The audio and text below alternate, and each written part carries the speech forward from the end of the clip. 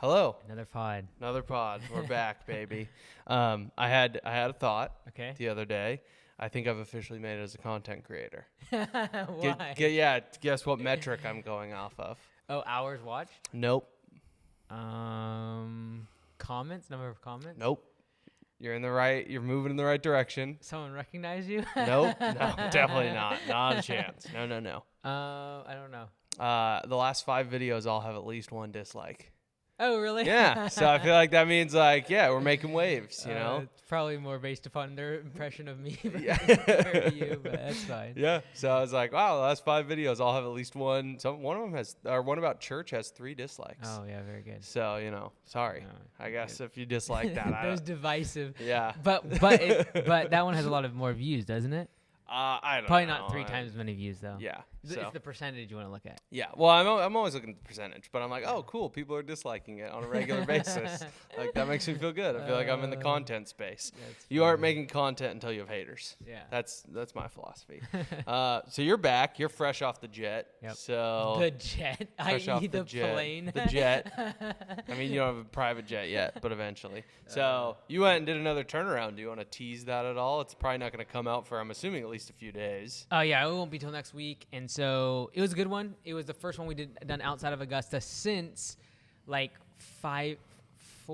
almost 4 years ago when we did like master cuts and we went over with Josh and I. Mm-hmm. So it's a good foray into outside of Augusta because it'll open up the door to getting more casting people, people wanting to do it, and then it opens up our ability to get bigger companies. So I really want bigger companies. So probably today I'll be posting a thing like, hey, if you have more than 5 employees, we're going to prioritize you, and Cool. you don't have to be in lawn care. You can be in all these other services. And so I kind of have a framework, kind of like the Marcus Lemonis did with the profit. Yep. He talks about people, process, and product.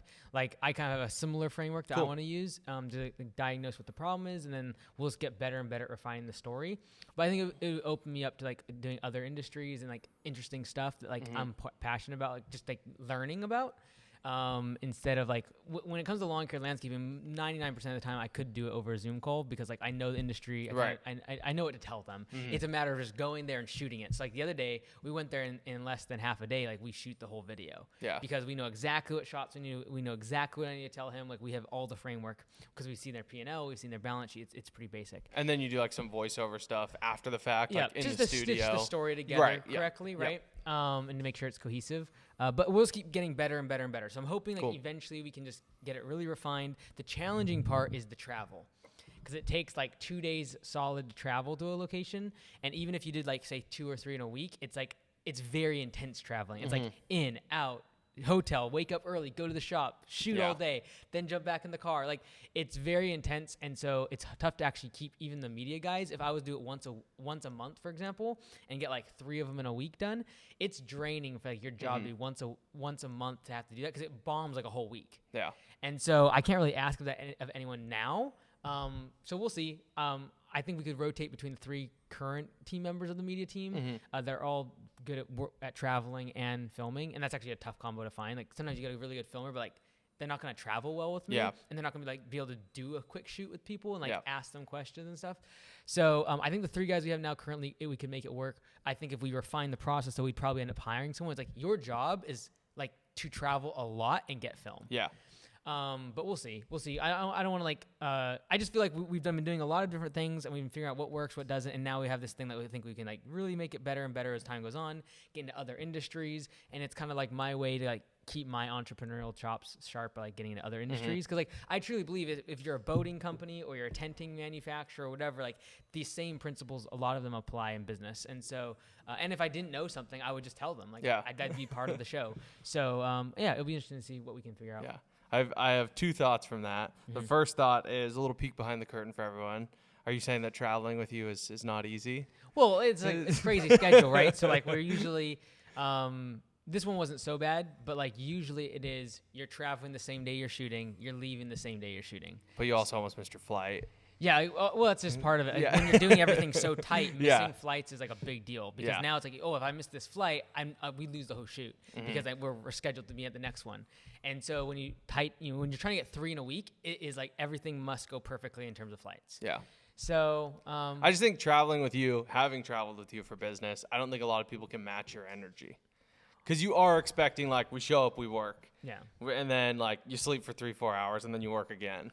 Yeah, but if it's only a week, it's like, you can do anything for a week. Oh, totally. That's how it is when we go to the expo. Yeah. And what it'll be like at Summit. It's like we show up all day to work nonstop, and then if you can sleep, and then you're back the next day. It's just fine when it's once a year. If I'm expecting someone to do it once a month, that's pretty tough to ask for the guys. So we'll see. Like, I think if we can just really perfect it, refine it, they'll enjoy the process of creating way more than, like, headshot videos type stuff. And we really want to create stuff that, like, we feel only we can create. And I feel like I can do this, and then we can just make it better and better and better. And as we, like, financially it makes more sense, we can just make it better and better production. Yeah. My second thought on that was there are a few comments in the last, so not the most recent turnaround, the one that was in Boise, Idaho with Cameron. There were a few comments that mentioned how jacked Terrell was. Oh, yeah. Because there's one shot where he's, like, holding the gimbal, like, perfectly, and it's like he's flexing unintentionally. And I was like, dude, he does look huge. Dude, holding the camera, especially if you're holding the gimbal, you are literally doing a workout, like, the whole time if you're holding it. But no, he is jacked in general. He plays rugby. He's awesome. And he watches this video, so he's feeling good right now. Cool, yeah. I was like, dude's an animal. Like, I literally went, like, I saw the comment, and then I was like, I need to find where this is. And I went back, I was like, dude, he does look huge in that shot. So, shout out Terrell. So you and the media team just released the most recent turnaround.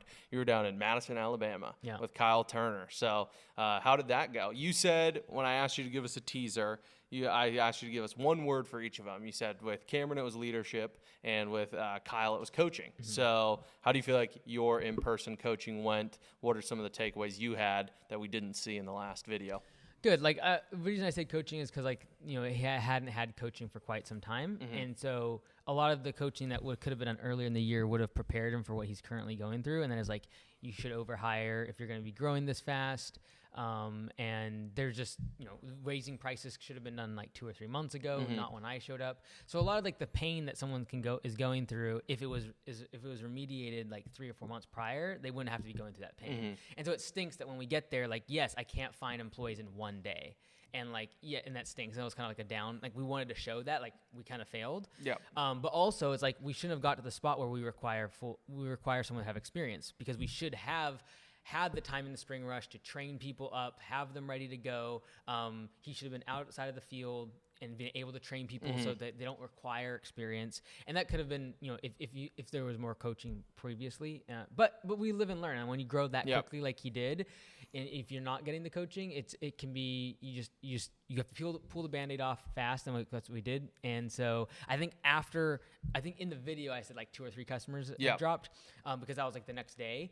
But I think in all, like 10 to 20 customers dropped. So it's still like less than 6-7%. Right. Yeah. And a ton. Yeah, and still he's struggling to find people, and I think he's still raising prices and stuff. So it's not a bad thing. Like, that location, like, in 2 or 3 months is very, very profitable, because if you can keep your 3 or 4 current team members on. And so but if he can just figure out the employee thing, and so, like, I talk about it in this most upcoming turnaround, but, like, there's always these 4 different ways of the bottlenecks in the business, and he just happened to be at labor, right? Gotcha. So he's figured out, from a capital perspective, he's figured out the leads perspective, because, like, he has tons of leads coming in, he's turning them off. It's the labor that's the next bottleneck. Right. And then once you figure out labor, then you got to figure out leadership. And so we'll talk a bunch about at conference, but, like, there's going to see, like, this constant theme now in the turnarounds where I'm, like, always identifying the 4 bottlenecks, seeing where they're at, and being like, okay, once you figure this out, you're going to have this issue. I can guarantee it in 6 months, this is going to be the next problem once you figure this one out. So it's cool. I think it's like a good framework I can share. Are they all L words? Leads, labor, leadership? It's capital. So okay. It's like LLC, but like LLLC. Oh, okay, cool. So I like leads, that. labor, leadership, and capital. Capital. That's sweet. Yeah. I like that. I'm trying to think of an L word for capital. Yeah, I had one. Loot. Loot. Okay, well, like, yeah, then you that's just lose good. the whole, like, it doesn't seem very serious. Not super professional. Yeah. That makes sense. So if anyone has a word for L, that is like cash, capital, anything that is typically a C. Put in the comments below. Yeah. I was thinking M, like money. Like LMN or LL. What's it called? Like a multi-level marketing scheme. Oh, MLM. MLM. Yeah. Like, that's not good. Yeah. So I like the triple LC. Yeah. That's cool. I like that. So with Kyle, okay, to dive into that. So labor was the bottleneck. Yeah. Now, I feel like inside that bottleneck, then there are different variables that create the bottleneck. So with him, was it, and I'm just spitballing here, was it, hourly wage? Was it his interview process? Was it the work conditions? Was it just the labor force? Like there wasn't enough people applying? Like what do you feel like was the main issue, or was it kind of a combination? Yeah, so like I'll talk a bunch of this conference. I have a bunch of different frameworks on this, but like I truly believe if you ever hit a bottleneck in any of those cases, it actually all comes back to capital. So even though it's LLC, it's technically CLLL because if you hit a roadblock at labor, technically what you should do is either fix it, like you could go find more employees, or what you need to do is figure out capital, like go back to the beginning of the chart and restart. Yeah. And so I have some drawings on it. I'll share it at conference, and like I want to talk about in my book a lot. But it's like if you hit that roadblock and you can't figure it out, like the solution is always more money. Like money solves a lot of problems in business. Yeah. And so by raising his prices like we did, my hope is that like next year we go back and he was able to raise his wage to the employees and thereby fix the labor problem by having more capital. Gotcha. And so ultimately, like, money doesn't make you happy, but it fixes a lot of problems in business. Yeah. And so I think that's what kind of the strategy we ended up taking with him because we just couldn't find the employees in that one day. Mm-hmm. Yeah. No, that makes sense. Any other final thoughts on that? I thought it was great. I think Kyle's going to do great things, but I don't know if there's anything else you wanted to share. He'll behind do great. The scenes. It's just a different mode. Like he was going so fast growth. Right. Like literally went within I think it was like 16 months. He went from basically 0 to 4 trucks and 6 employees. And basically, or 5 trucks, I forget. But now what he needs to do is either quickly accelerate to meet his capacity in terms of trucks by hiring more people, or B, he needs to like really constrain, cut out the extra secondary shop, sell a truck or 2 off, really constrain a whole bunch of cash, get into next spring rush, raise wages, and then like hire 4 or 5 people and really take it fast. Yeah. Either way, he'll be successful. Yeah. He works very, very hard. My biggest concern with him is just burnout because he does work so many hours. Right. And so even like what we didn't put on camera or anything is like we talked that night with him and his wife, and like it was like the next day he was planning to go like do 20 lawns. And I'm like, dude, you've worked 7 days a week for several weeks in a row. You have a whole bunch of billing to do. You need to raise all these put all these pricing things. A command center I guess did that, but like there was stuff. It was billing. It was like end of the month, so they had to do a whole bunch of billing. And I'm like, dude, just cancel those customers. Like they were the ones that were pretty far away, and like, he didn't want to let them go because he had already been pushing them off. And so I'm like, they're all going to be overgrown. And yes, canceling on them does feel bad, but like you've been working, like you can't let 5% of your customer base hurt you from serving the other 95%. Right, 100%. And so, no, it's 95. I'm joking. And so, yeah. But I was like, you gotta just like let them go. I know it's like not ideal, and you can apologize for that, but you can't burn yourself out. And then next week, now you're going in to serve your 95% of your customers that you just raised prices on, and you can't serve them appropriately. So I think that's the biggest thing with him is like he was such a hard worker. I hope he doesn't burn out. He has a great wife behind him to support him, and she also works very hard, so they'll be fine. It's just a matter of getting to that kind of like that burnout stage where you're in between profit mode and growth mode. Yeah, that makes sense. Well, I think that's kind of a perfect transition because I wanted to talk about a friend of ours, Johnny Blades. Blades of Grass. So he put up a video. This is at time of recording yesterday. Oh, really? Brand new video. And the title of the video. I must not be subscribed. That's horrible. Oh no, we'll cut that out. No, I don't mind. We'll bleep that out. We're both subscribe and like Johnny. He put out a new video. 96% of lawn business owners stress themselves out. This one thing will help you de-stress. Wait, isn't it Blades of Grass? Like that's his channel, right? Yeah. Blades. I'll listen to this later. Yeah, you're good. I got the bullet points. Okay, go ahead. So he put this out there, and I was like, okay, the clickbait got me, right? I want to listen to this. He's a real veteran and a veteran of this lawn care industry. So I was like, I'm sure he's got some good points on this. It really reduces down to 2 bullet points. He tells owners, specifically new owners, that this industry gets old fast. I think that's very good, and I want to hear your thoughts. I feel like a lot of people are like, oh, I love cutting my grass on the weekend. Okay, well, do you want to cut everybody's grass 5 days a week? Probably not. So he does say, like, this industry gets old fast. Just accept it. And you'll get tired and burn yourself out very fast if you're just in, like, hyper growth, kind of like the turnaround we were just talking about. Do you want to address that first? Yeah, let's address that. So that's kind of the premise of the video. That's the start. So I think we are in this echo chamber of our industry where it's like, oh man, like lawn care is so repetitive. It's like, it's the same old thing.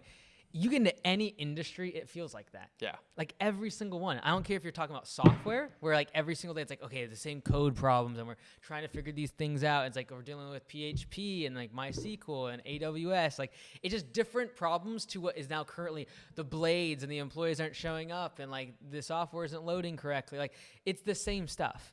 It's going to feel repetitive. And the only way you don't have repetitive, and this is what everyone is craving. This is what they're craving. They're craving what is hyperbolized in the entrepreneurial space, which is you have a ton of money to literally burn through, and you're literally like buying offices, and you are creating massive teams, and you're hiring departments, and you're doing acquisitions.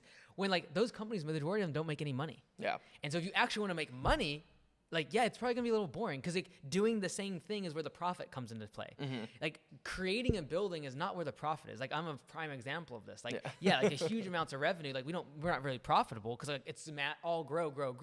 The profit is made in doing the mundane and doing the same thing over and over and over again. In the same way that, you know, any athlete or musician or, you know, actor, they perfect their craft and they become the best when they start doing the same thing over and over and over again. And so the trap and the balance there is like you want to keep doing the same thing, but you also don't want to then fall behind in 10 years. Like, oh my word, I'm way behind because I kept doing the same thing. Yeah. But in terms of that point, I have a lot of problem with that because every industry that I talk to outside of lawn care, they say the same thing. Yeah. And they look at lawn care and they're like, man, like it'd just be so nice to like I'll be outside and be like physical stuff. Like I'm just tired of being behind my computer and like Zoom calls. So like every single industry eventually falls into this trap. And that's why, you know, the shiny object syndrome, you know, is alive and well, is because it just reinforces like not only is this a better opportunity, it's more exciting, it's gonna make me more money, it's gonna be less stressful, and so we just sell ourselves out of like the most profitable years of the business, which is like years 5 and above, and so I highly disagree with the fact that lawn care is repetitive. I highly disagree with that. There's something wrong with this industry, or that it'll stress you out any more than any other industry. And I don't think he's making that claim. Right. He's not necessarily saying it's the most stressful industry. I just want to be clear on that. He's just saying this is why you stress yourself out. I would say it's for 96% of business owners. Yeah. Like lawn care operators are just a microcosm of entrepreneurs and business owners, and it's the same way in every other industry. And I say that not knowing what he said, and I don't think he's making the claim that's just lawn care, but like in general, it is business. Yeah. Because I talk to people outside the industry, and they are thinking the same thing. Yeah. I think what's frustrating too is that now in the digital age, it's so easy to have shiny object syndrome. Like even myself, like I'm like, man, that would be cool to like open that business or do that thing, or like that could be a side hustle. And it's like, no, just stick to the same thing. Like think about in 10-year swings. Like I've been at Augusta for almost 6 years. It's like, all right, 10-year swings. At year 10, let's reevaluate. Where are we at? Where do I want to be in 10 more years? But it's like, stop getting distracted by like this side hustle, this idea, whatever, and just focus on your one thing. And anything, if you think in 10-year swings, is going to get repetitive. Right. If you do anything for 10 years, it's going to get repetitive. So I agree with you on that point. I don't think he's saying like lawn care is explicitly stressful or explicitly the most repetitive industry. I think it's more of a cautionary tale to guys getting in to the industry because they see him, they see Brian Fuller, they see the Spencers, right? And they're like, they're successful and that looks fun and that looks awesome. I can do it. And he's like, hey, be careful, just because it looks and seems awesome, like grain of salt, right? Yeah, and I think too, like I believe that the person who is most diligent in the mundane and the repetitive is the person that ultimately has the highest reward in the end goal. In the end, the person that can stay content with just perfecting their craft, like shooting free throws, is a repetitive task. Yeah. The difference between me shooting a free throw and LeBron James is millions of dollars difference. And the reason for that is because he spent 20 or 30 years shooting free throws. I go once a year and go shoot around and just like goof off. Yeah. And so to me, it's an exciting game to him, he's done the same thing millions of times. And that's why, because he got so anal about perfecting it, everyone comes to watch him and he gets paid a lot of money. And what people don't realize is even when someone gets the NBA, goes to the MLB, starts making it in business or making it in media, they have worked 10, 15 years of just shooting free throws. And most people just can't get through that because they're looking for the next thing, or they feel stressed out, or they give up due to the fact that something else looks easier, right? And so like, oh man, like these free throws are so boring. I'm gonna go play football where I can get I want to be in the end zone. It's like, look, keep doing the free throws. You're built for this. And in 20 years, wake up one day and now you're getting paid millions of dollars to do it. And so that difference between the 98th percentile of basketball player and the 99.9th percentile is a difference of someone that can stay 10, 15 years on the line and keep shooting free throws and not get distracted. Yeah. And so I think the same way in business. Yeah, a franchisee recently sent me a quote, something along the lines of, hard work beats out talent every time. And it reminded me of a meeting we had with our team one morning. It was like right after we started franchising, and you were like, people are going to say we're winning the game because we have 50 locations or whatever, right? But you were talking to the team and it's easy to get full of ourselves. And actually in that video, it was really cool. Josh is recording, Austin's in the room, Nick's in the room, Marcus is in the room. That's cool. 3 guys that have done the 3F program. Liz and I are in the room. It was probably one of the last times the core was all in the same room. And you were like, I don't care how much talent you have. You were like, you have to work hard. And he's like, that's why guys burn out. And you were like, name one college prospect that burnt out in the NFL. And Austin named 3, right? Johnny Manziel, Baker Mayfield. And you were like, these guys burnt out because they got there on talent and they weren't willing to put in the hard work. And now there's this recent documentary about Johnny Manziel about how he never watched tape. He never did any extra work. And it's he just relied on his talent to carry him. Yeah. And he is phenomenally talented, one of the greatest college athletes of all time. But the NFL, he's a joke. His name is a joke in the NFL now. Yeah. And that's harsh to say, but it's true. Yeah. Right? He didn't put in the hard work. So what Johnny said after that, he gives his cautionary tale. His fix, he said, in quotes, load up on 4 days. That's his exact words. Load up on 4 days and give yourself 3-day weekends. That was his fix. And one of his main reasons for saying that is so that you never neglect your family. And I thought that was a great reason. He said a lot of guys, it's a what's that? Self-fulfilling prophecy. They're like, I have to provide for my family, so I have to work long hours, but then I never see my family, so my family's upset, so I have to provide, right? Yeah. And so I do agree with that. A lot of guys will get in this industry and they will grind hard and they will neglect their family and they'll do 7 days a week, 12-hour days. So I thought that was good, but what are your thoughts on that? I'm okay with it, and I think if someone's intentional about hey, I'm gonna grow my business slower, I don't need to make it, I don't need to optimize it for profit. I'm gonna only work 4 days a week. That's fine, and I'm not against 4-day work weeks. We've tried it at Bellingham Shop. During the winter, we typically go to 4-day work weeks, but it's just a matter of, it's what level of pain are you willing to exchange in order to have what you want? And if you are willing to have a conversation with the family and say, hey, for the next 3 years, I'm not going to be able to be here every Saturday, and I'm not going to be able to be here every evening for practices and things like that. But I'm doing this for this reason, and this is the level that we need to get to in terms of revenue and profitability in order for me to then step back, hand some stuff off, have a manager in place, have systems in place, increase my prices so that I can be away from the business a bit. And unfortunately, most people can't. For example, I love Johnny, by the way. Yeah. Love him a lot. I think he's a great guy. But I think in general, you have to look at what someone did, not what they're saying.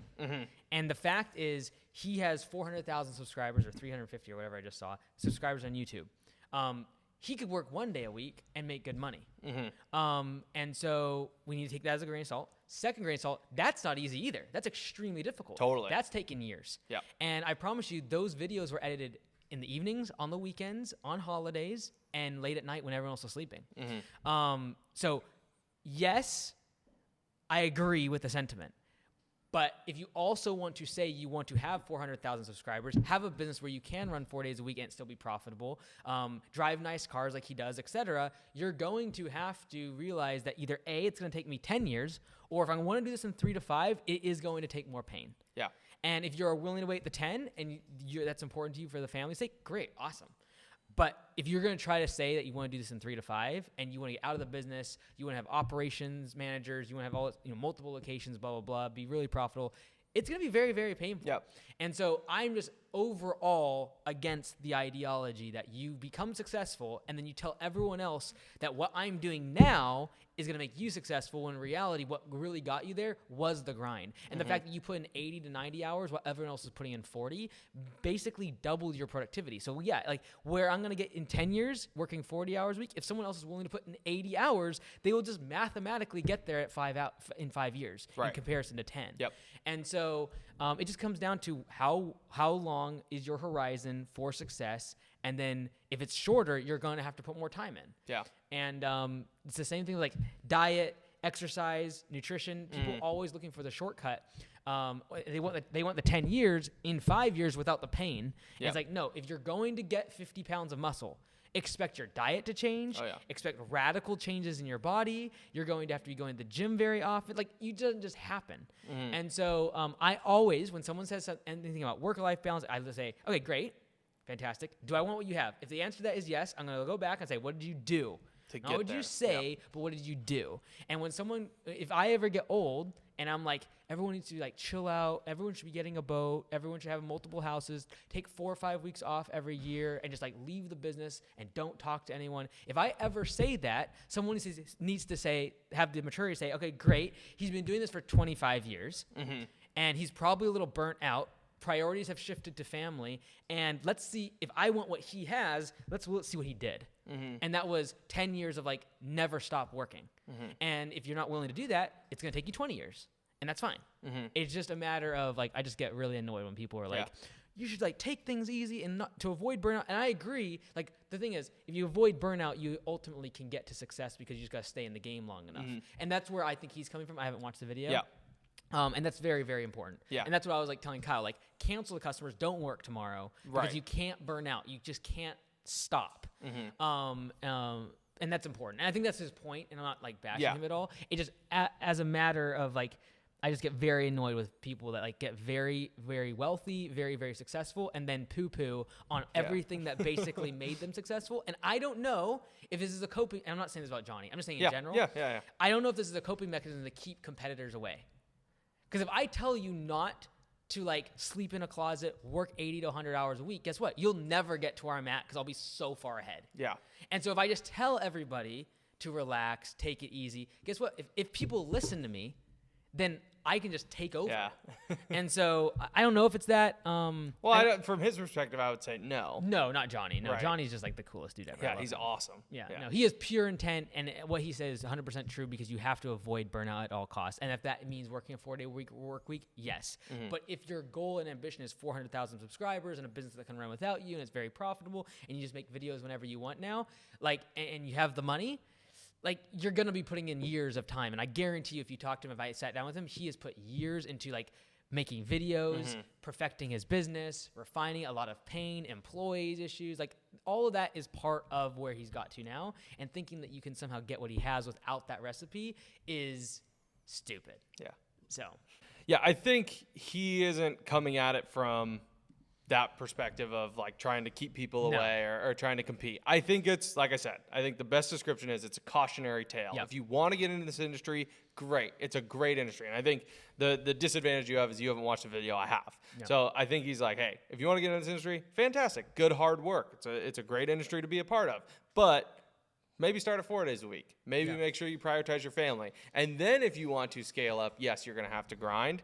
But I think it's indicative of, like you said, the bigger philosophy out there. And you've said this about Gary Vee. His content changed drastically over the last couple of years. And it's now all work-life balance, take care of yourself, mental health. All good things. Not making a knock on that. But you go way back 5-10 years, all his content was grind, sell, get after it, pick up couches with your buddies on the weekend and sell them on Craigslist. Like that was his content. Now it's like, chill out, take care of yourself, connect with those you love. And it's like all good things. But my favorite lines from Gary, and he says it less now, but he still occasionally will say it. And like when someone says something like, you know, they can't make content or they can't find time to do something, he's like, I would really like to like audit the 4 hours that of when you're not working. So you work 6 or you sleep 6, you work 10. What about the other 8? Like I love that. That's the Gary that I know, and like I feel like the message of like mental health is extremely important in everything 100%. That he talks about. But I feel like people want and aspire to have what he has, and they think that the route is like what he's currently talking about. It's like, no. He's talking about that after like 25 years of just dirt, right? And you're with the clouds, to use his analogy, without the dirt. And that's problematic. And that leads to a lot of unsatisfied people because they think that doing what he's currently talking about is going to get them there. We're like, no.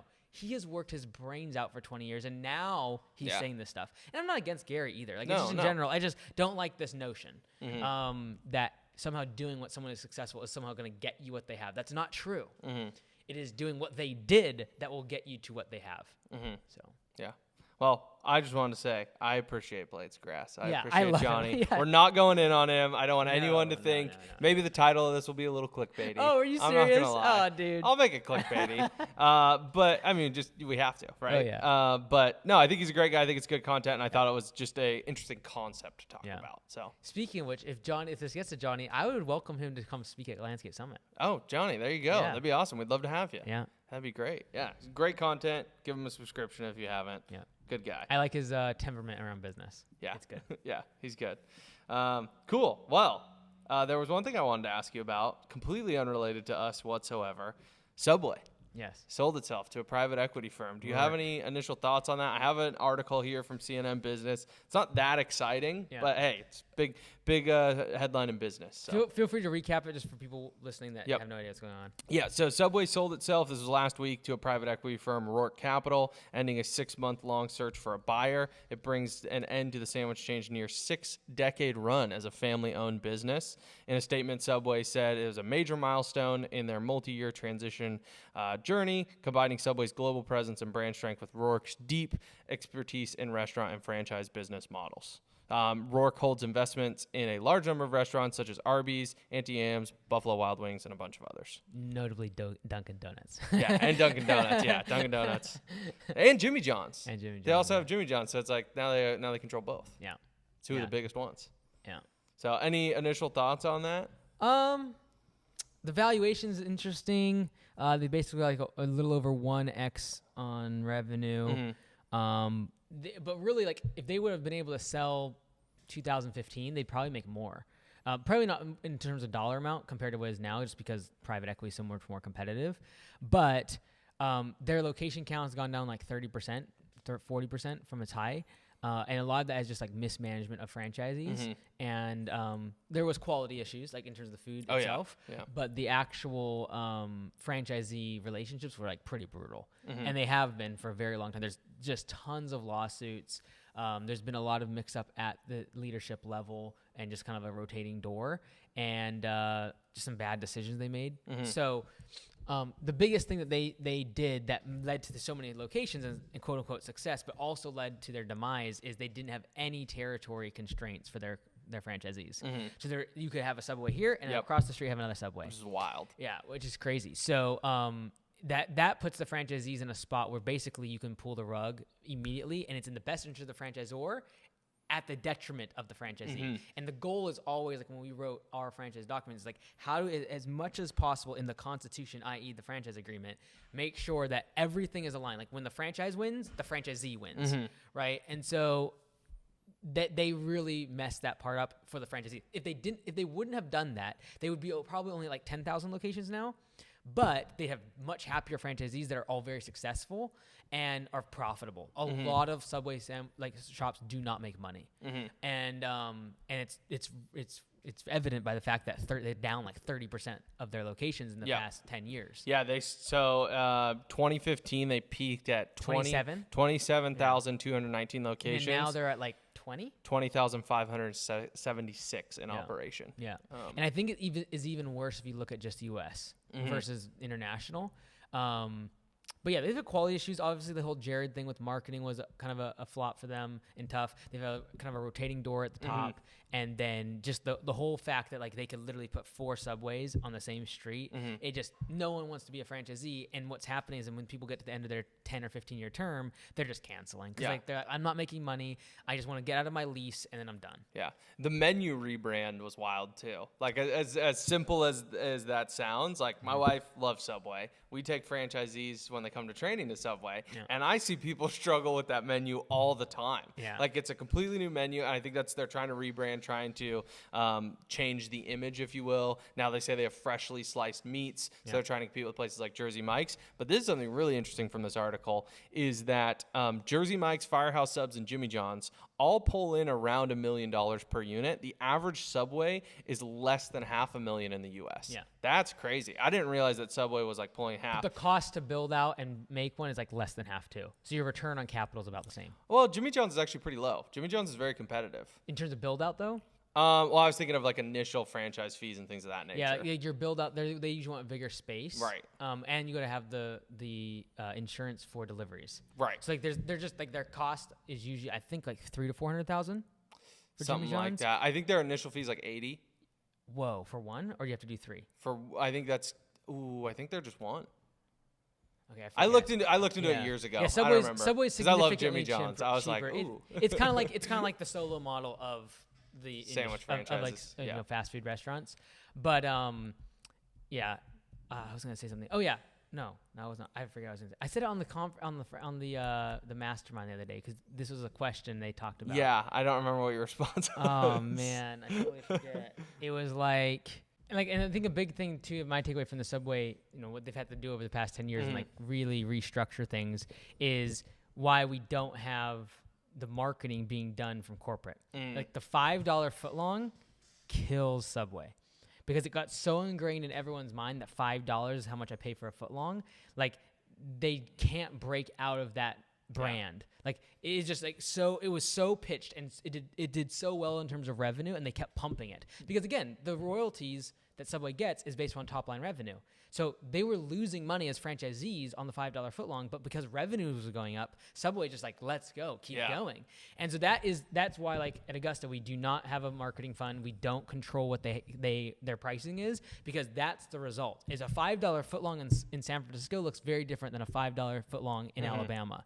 And so that is a mistake I think that franchisors do is national marketing and national pricing. Because like there's just no change. Like they're so different. The pricing needs to be different.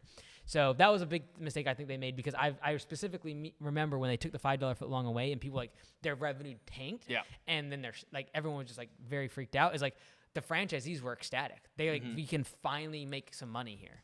Why do you think, and it'd be interesting to research this, but just a thought that came to mind is why do you think Subway had such pushback with the $5 footlong change, but now McDonald's doesn't have a dollar menu anymore? Like, what do you mean? Like there's no dollar menu at McDonald's anymore.